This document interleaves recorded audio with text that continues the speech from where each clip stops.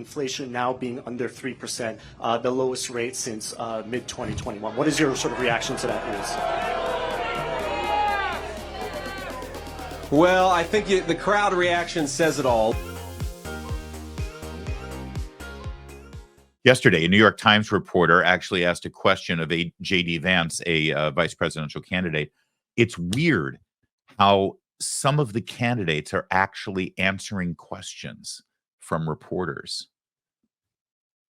They're having these things called press conferences where they stand there and allow reporters to ask them questions about themselves, their character, their background, their campaign, their policies, and what their vision might be should the American people elect them. It's a weird new thing they're doing over there on the Republican ticket. It might catch on. But what JD Vance did yesterday is actually even cooler than that in terms of actually taking questions compared to Tim Walz and Kamala Harris. He did it as part of a campaign appearance, yes, but he did it on the speakers so that the gathered assembly, the crowd who came there to see JD Vance, supporters of the Republican ticket, could actually listen to the exchange, which was brilliant because they could see just how stupid these reporters are. Now, I want you to see what happened when a New York Times reporter tried to celebrate an increase of inflation numbers yesterday. Yesterday, the inflation numbers came out for the quarter, and prices were 2% higher than they were the quarter before. And this New York Times reporter tried to make this sound like a success. Hey, prices are only up another 2%. This is great. Bidenomics is working. Watch what happened. New York Times, I wanted to ask you about the latest economic news from this morning with inflation now being under 3%, the lowest rate since mid-2021. What is your sort of reaction to that news? Well, I think the crowd reaction says it all. Look, when they say that inflation is down, they mean from a baseline where groceries are already 30% more expensive than they were when Donald Trump was president. And they're not saying it's coming down. They're just saying it's not going up as fast as it was 3 years ago. That is not a reputation or a record to brag on. That's a record to be ashamed of. Why did it take them so long to get inflation to where it is? And why are prices so high? It's because Kamala Harris failed to do her job. So if they want to go around, and this is, it's funny. Kamala Harris, on the one hand, will say, on day one, we're going to tackle the affordability crisis. And like I said earlier, Kamala Harris has been the vice president for 3.5 years. And I think, ladies and gentlemen, she's in effect been the acting president because we all know Joe Biden isn't home. So she's been the one controlling government policy for 3.5 years. She says she wants to tackle the affordability crisis on day one. And then on the other hand, she'll say, oh, we've already got inflation under control. Well, which is it, Kamala? Which is it? The simple truth is America's credit card debt is getting higher. Americans are finding the basic necessities of middle-class life less affordable. Americans are becoming, especially young people, are becoming paupers in their own country. If we don't do better, our young generation, they're not going to own anything. They're not going to have anything. They're going to be renters in the country that their parents and grandparents built. Inflation is a disaster. Kamala Harris does not have a leg to stand on. All right. So not only is that brilliant in terms of the actual facts and data and resources that he had off the top of his head there, but number two, it's brilliant for doing this out in the public with an audience so that they can actually react to not just his responses, but to the stupid question from the New York Times reporter. I love that part where the crowd starts to, boo and hiss at the stupid question presented by the New York Times reporter. But also the fact that he's able to actually spar with these reporters, take their questions, and without whining about what an asinine question it is, just go right for the jugular with facts and data and information. That's great stuff. And also, one other brilliant move here is that, I'd like to think JD Vance is watching our show and taking our advice, but honestly, he doesn't need our advice. He knows what he's doing. There's no strategy here that needs to change with regard to their approach running against Joe Biden versus running against Kamala Harris. In fact, if you try a different approach or a different strategy, that actually lets Kamala Harris off the hook. No, everything that you hate about this country right now in terms of our economy, in terms of inflation, in terms of prices, in terms of unemployment, in terms of crime, in terms of border security, in terms of national security, it's all Joe Biden's fault, which means it's all Kamala Harris's fault.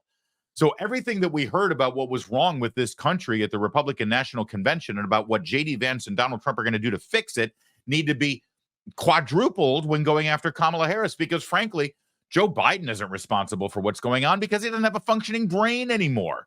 Kamala Harris is the point person for this administration. So good on JD Vance, basically using the exact same script that we've had against Joe Biden and just saying, but this is Kamala's fault. This whole idea that Kamala Harris is going to fix the economy when she's elected. She's the presiding president of the Senate. There are very few constitutional duties for a vice president. One of them is to preside over the Senate as the president of the Senate. She should call a session of the Senate right now. Yeah, I'm sorry, you have the secret sauce to fix our economy? You're going to bring prices down in January when you're inaugurated? No, ma'am. If you've got the plan right now, call the Senate into session and propose your fix. I'm sure Mike Johnson would be happy to talk to you as Speaker of the House.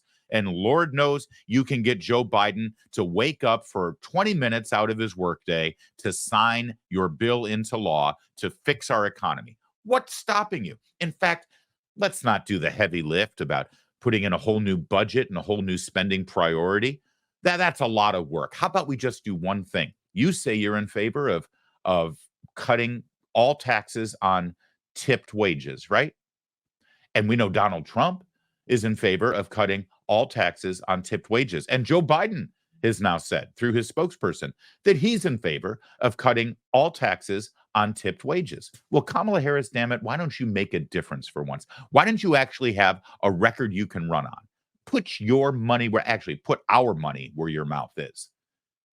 If you're genuinely in favor of cutting taxes on tipped wages, you propose the one-page bill right now. Hand it off to the House Republicans. They'll pass it. The Senate will pass it. And Joe Biden will sign it. Why don't you do that? Why doesn't she do that? She's literally the incumbent right now. Of course, she's not going to do it because she doesn't really believe it. She doesn't want to do anything other than lie her way over the next 90 days to Election Day. And meanwhile, that pathetic inflation report that came through yesterday was suddenly a cause for celebration at the White House. They are literally celebrating that the cost of everything in America only went up by about 2.5% to 3% last quarter. Here's their economic advisor, chief economic advisor. You said we hear you, but we've been hearing that message in some form over the past 3 years, and the fact is that prices are not coming down; they're going up.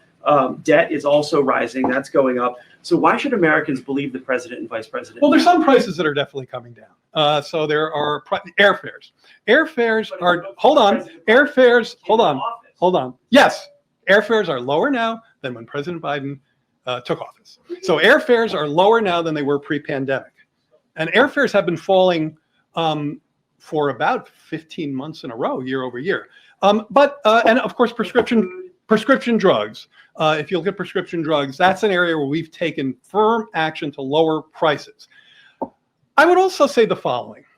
We have more work to do. Prices are still too high. You have a point. Wow. That's a winning message right there. You're trying to fill your car up with gas. You're trying to buy eggs and milk and hamburger for your kids.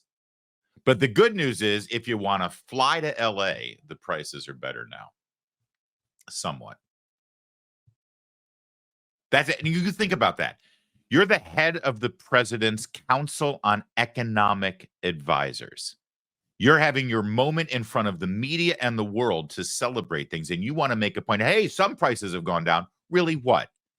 Airfares? So, if you fly to work every day to commute, you're probably better off. But if you have to drive, you're still screwed. This is how bad it is. And let's be clear. This election, when all is said and done, is going to be a lot of, they want it to be about race. They wanted to be about gender. They wanted to be about age and generation. Now, they didn't a month ago. They wanted to be about JD Vance being weird. They wanted to be about Tim Walz being America's dad. They want all that crap. But when all is said and done, this is still going to be about what it was about a year ago, 4 years ago.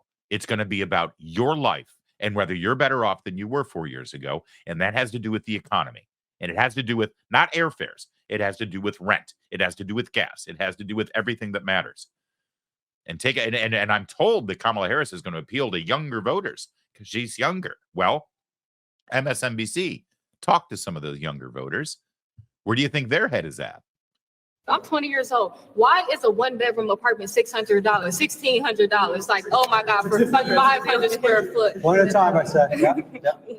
Rent prices is outrageous. And then these jobs, they're bare minimum jobs. Like, I'm supposed to be in customer service. Before I was a server, I was working at like fast food restaurants, and nothing against them, love it, but we need them jobs. But why are you yelling at me over a burger? So it's one of those type of things. It's like the work life, trying to balance out school, trying to balance out finding housing. It's just overhyped. Like, I really waited my whole life to grow up and do this.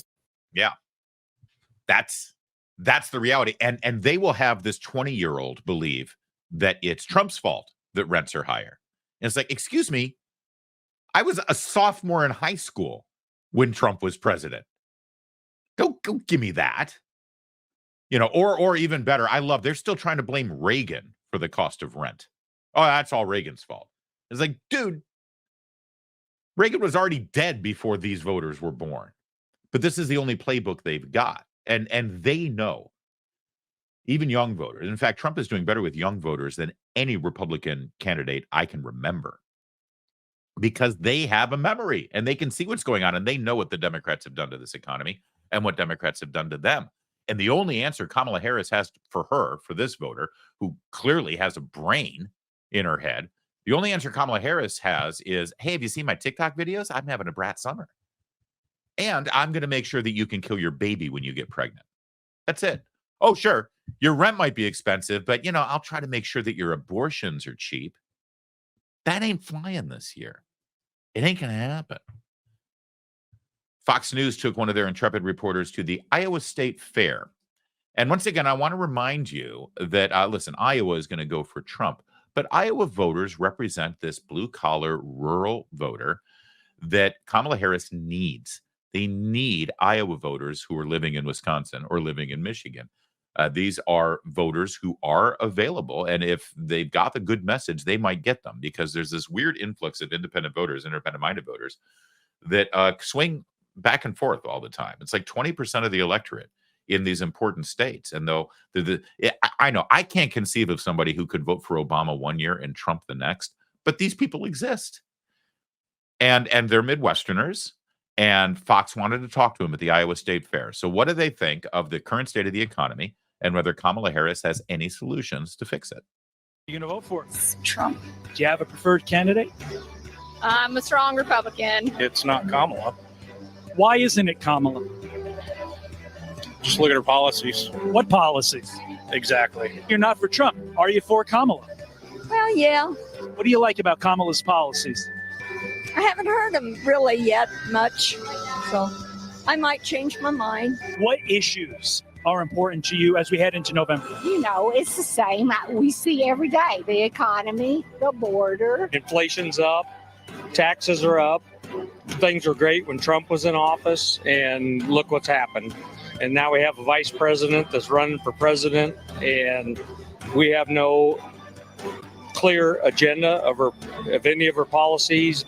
Now, my favorite part of this entire segment was the one woman who said, I'm going to vote for Kamala. And this is a great instructive moment for all of us. And I beg you to do this.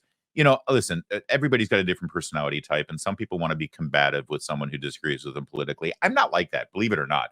I can get really combative when I'm talking to you, and I can, get really fired up when it comes to elected officials and politicians because, they're dirtbags.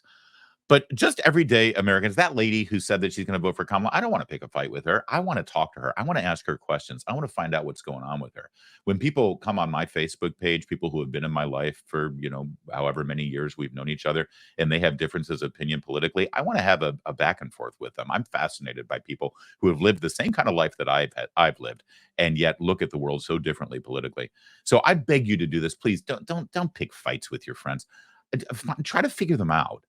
Because when you start asking them questions and they can't answer your questions, you'd be surprised what kind of impact that makes. And you'll have them think a second time about what they believe. So that exchange with the woman who wants to vote for Kamala Harris is a perfect example. If somebody in your life is going to vote for Kamala Harris, just ask them a simple question. Could you do me a favor? Could you give me 3 reasons, 3 policy reasons why Kamala Harris is your choice? And if you could, your answer cannot involve the word Trump. Just ask them what 3 things she has said she plans to do as president of the United States that compel your friend to vote for her, that don't involve Donald Trump, and see what they have to say. And please, I'm begging you, don't try to debate her. Don't try. I'm assuming it's a her. Don't try to debate her. Don't try to fight with her. Don't try to argue. Don't try to win an argument, because you'll prove to them that you're not actually picking a fight. You just want to know. So just say, please, I promise you, whatever these 3 policies are that are so compelling, I promise you that I'll go look up into them and find out what they are. But what are they? See what the answer is. I think you'll be amazed. I think you'll be really amazed. That said, we're preparing for Kamala Harris's big economic policy rollout. You know, next week is the Democratic National Convention. Boy, what a party that's going to be. Boy, you ever remember the cantina scene from Star Wars? Get ready, Chicago. Today, Kamala Harris is appearing with Joe Biden, by the way, side by side. So it's going to be pretty hard for her to separate herself from Joe Biden when he's actually hanging on her arm to try to stay upright at this event. They're going to Prince George's County, Maryland. I kid you not, it is about 25 miles from the White House. That's where Joe Biden's going to campaign for Kamala Harris. And I think they're taking Marine One. It's literally like where they're going. I think it's the community college in Prince George's County, which is literally, it shares the border with Washington, D.C. You know, whenever Air Force One takes off from Joint Base Andrews, they used to call it Andrews Air Force Base, that's in Prince George's County. Joint Base Andrews, where Air Force One lives, where they take Marine One and they fly out wherever they're going, usually to some foreign country so Hunter can do some business deals. That's in Prince George's County. So they're going to be going just a few miles past that. That's today, and they're going to talk about such great strides they've made with the economy. And then tomorrow, Kamala Harris is going to make her first major policy speech. It's been weeks since she was anointed and placed as the Democrat nominee for president. And tomorrow, she's going to make her first big policy speech. And it's going to be about the economy.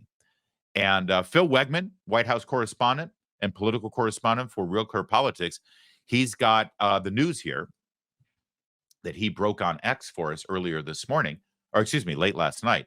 And it's a preview of what this economic policy speech is going to be from Kamala Harris. Let's take a look at it, shall we? She's going to propose a federal ban on corporate price gouging on groceries and impose stiff penalties in the food industry, the campaign announced. In other words, if things are too expensive for you right now, it's because some greedy man in a 3-piece suit and a red tie has been purposefully making things more expensive for you. That's the perspective of the Harris campaign. If things cost too much, it must be because some mean, evil person is trying to profit.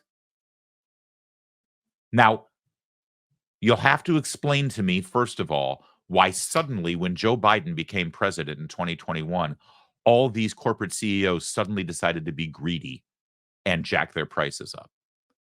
Because they sure didn't do it the 4 years before that. What is it about Joe Biden and Kamala Harris that made these CEOs suddenly become greedy corporate raiders that want to milk the American people of every penny they've got? You really have to have a naive Marxist perspective on the economy to think that everything that's going on right now is because of corporate price gouging. They just all suddenly decided to be big old meanie monopoly men, right? But this is how they view things. This is how they view capitalism and free market. I'm sorry, you cannot prosecute your way into a good economy. But there's more. Harris will produce what her campaign bills as the first ever federal ban on price gouging on food and groceries, setting clear rules of the road to make clear that big corporations can't unfairly exploit consumers to run up excessive corporate profits on food and groceries. Do you think that they should show evidence that this is happening first before they decide to propose a brand new law to do this? I mean, they're literally trying to bully and intimidate food manufacturers into lowering their prices, even if it means they're going to lose money. See, that's really what's going to happen here. These corporations who have to spend more money to bring food to market because of the policies of the Biden administration. And I'll back up my statement with a fact that is undeniable. Let's say you're in the lettuce growing business. You grow lettuce and you sell lettuce at the grocery, right? That's what we're talking about, food and groceries. Okay, basic. It's lettuce. You plant it in the ground, you grow it, you pick it, you put it on a truck, and you deliver it to the supermarket, right? Now, just that last part of the equation, the truck driving your lettuce to the supermarket now costs twice as much as it did 4 years ago because of gas and energy, right? Oh, but there's more. Oh, what about all of the fertilizer that you have to do at the farm? Well, that fertilizer gets to your farm on a truck. So the delivery of all that fertilizer now costs twice as much as it did 4 years ago. What about your employees who are coming to work for you? Everything that they do costs more to get to work. And so they've asked for higher wages to offset the cost of living for energy and all the other things that they have to buy. So that increases your cost of going to business. Plus, let's not forget all of the regulations that have been brought in under new EPA standards and climate change standards that the Biden administration has put in. You have to comply with all of those standards. That means more rules that you have to follow, which means more cost to you and more lawyers to figure out what the rules are. And that costs a lot too, because all of those lawyers have to drive to work. And so they've raised their fees because of energy costs. What about the water you use to water your fields? Well, if you're growing in California, your water costs are through the roof because of Democrat policies and Democrat regulations. And we can go on and on and on. And that's just lettuce. Not to mention the fact that under the Inflation Reduction Act, we printed billions and billions and billions of dollars that we didn't have, borrowing against our children and our grandchildren's futures. And every time you print more money, you decrease the value of the money that's already circulating in the economy. And as the value of money decreases, that increases the price of everything. Because your dollar isn't worth $1 anymore. It's worth only 95 cents, let's say, compared to what it was worth before you started printing all of those dollars. But it doesn't mean the stuff that you're buying is actually costing less to make. It's actually costing more to make. So you can't just take $1 because that dollar is only giving you 95 cents worth of purchasing power. So you actually have to increase the price of things to get back to the baseline dollar that you had before all that money was getting printed. Are you following this? I know you are, because you're not as stupid as Kamala Harris. But that's okay. We're just going to start prosecuting people. Before you come up with new laws to prosecute corporations for price gouging, should you give us one example of this price gouging first? All I'm asking for is one, and they've not given you any. More. The campaign singles out the highly consolidated meat packing industry, noting how just 4 meat processors control the market and arguing the lack of competition gives these middlemen the power to drive down earnings for farmers while driving up prices for consumers. Wow. 4 meat processors. And because there's no competition, it means prices get higher. Hey, could you do the same thing with search engines, please? How competitive is the search engine business? See if there's a monopoly there, guys. I don't want to name any names. I don't want to get in trouble.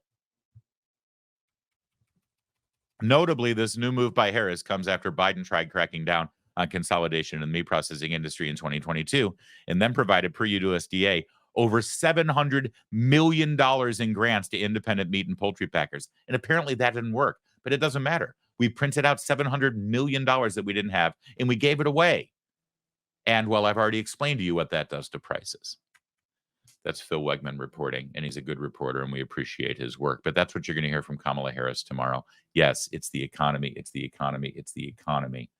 It's great that JD Vance is schooling a New York Times reporter about the economy. It's great that even MSNBC, when asking a benign question of a 20-year-old voter, gets an earful about how rent is ridiculously expensive. It's great that the head advisor for economics for Joe Biden can only point to airfares being something that's a little lower than it was pre-pandemic, which, by the way, had nothing to do with the efforts of the Biden administration. It has more to do with competitive nature of airfares right now.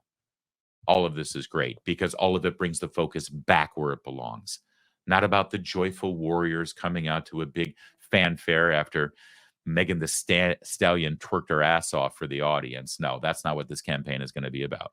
It's not going to be about all the things they've been wanting it to be about for the last few weeks. It's going to get back to the basics, back to where it's supposed to be.